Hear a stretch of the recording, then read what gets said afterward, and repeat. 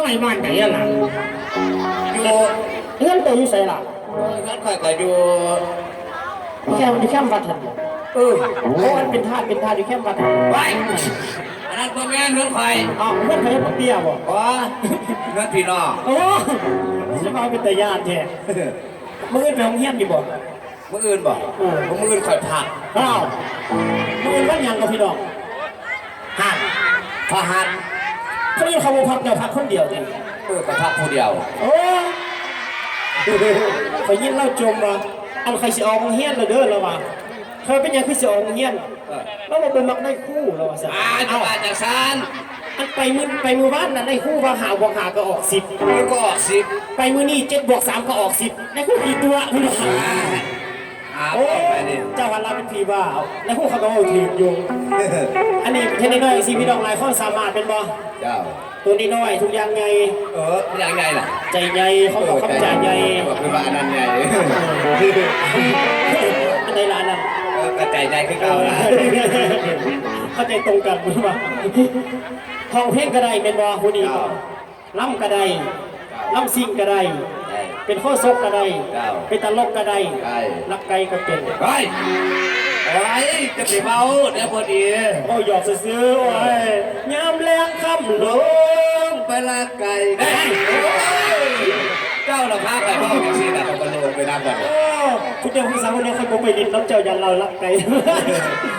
ลำวงก็ลำวงรักไก่ลำจะได้รักไก่หายทุกทีลำวงรักไก่ก็ได้เด้อแต่ก็รับเลยนะไอ้นอนางมาเดี๋ยวละมากินต้มไก่แล้วมากินไก่ต้มละมาต้มไก่กินไก่ต้มละต้มไก่เฮากินเฮาบ่กินไก่ไผ่แล้วกินไก่เฮาต้มทั้งรถทั้งมวลในเพลงมีแต่ไก่ต้มกับต้มไก่เซี่ยวกันพี่น้องเป็นหมู่กันเห็นได้สิอายุซ้ำกันบ่ได้หยอกได้โอ้สมพงษ์ตกเลยเซี่ยวว้ายสมพงษ์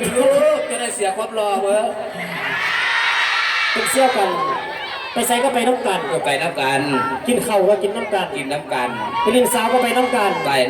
ไปกินเหล้าก็ไปน้ำกันไปกินน้ำกันกินขี่มันกินคนเดียวโอ้ยเป็นเสื้อกัดต้องกินน้ำกันขี่ปลาคิดว่าขี่อันนั้นขี่อะไรขี่อะไรขี่เพียขี่เพียไก่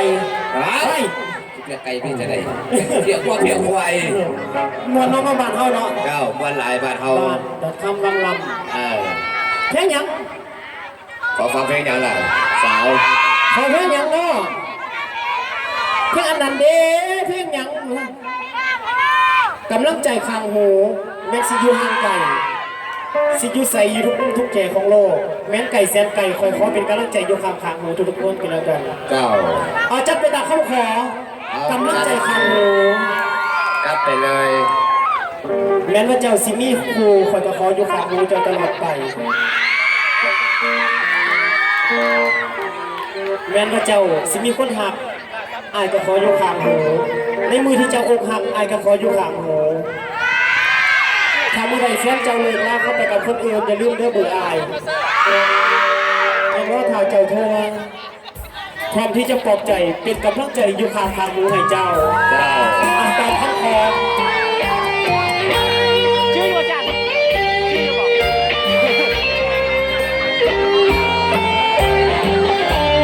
เอาเป็นเพลงสุดเก่า